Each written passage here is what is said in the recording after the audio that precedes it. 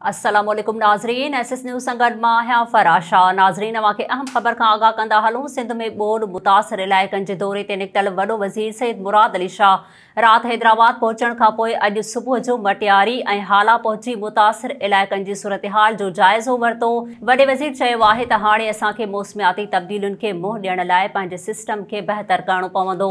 SS news जे नुमाइंदनि मूजिबि वॾे वज़ीर मुराद अली शाह गुज़िरियल राति देर सां हैदराबाद जे मुख़्तलिफ़ इलाइक़नि जो दौरो कयो, जंहिं दौरान ॻाल्हाईंदे वॾे वज़ीर चयो आहे त हैदराबाद में ग्रेविटी सां पाणीअ जी नेकाली नथी थिए ऐं बरसाती पाणी पंपिंग ज़रिए नेकाल कयो वेंदो आहे। वॾे वज़ीर वधीक चयो आहे त हिन दफ़े सिंध काबीना जा वज़ीर सलाहकारनि एमपीएज़ ऐं लाॻापियल अमलदारनि गॾिजी कमु कयो। उहो ई सबबु आहे जो सूरतहाल 2020 जी बरसातुनि जे भेट में कुझु बहितर आहे।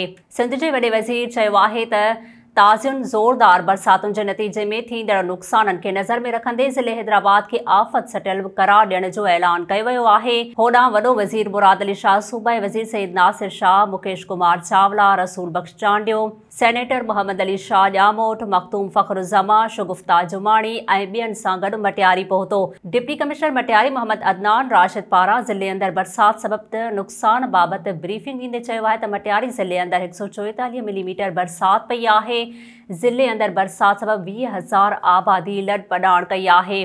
ब्रीफिंग में वॾे वज़ीर खे ॿुधायो वियो आहे त मटियारी, हाला ऐं सईदाबाद में 73 रिलीफ कैंपुनि में 7,304 मुतासिरनि खे मुंतक़िल कयो वियो आहे। बरसात सबबि 2 माण्हू फ़ौत ऐं केतिरा ई ज़ख़्मी थिया आहिनि। मुतासिरनि खे ख़ैमा, मच्छरदानियूं, राशन खां सवाइ पकल खाधो पिणु ॾिनो पियो वञे।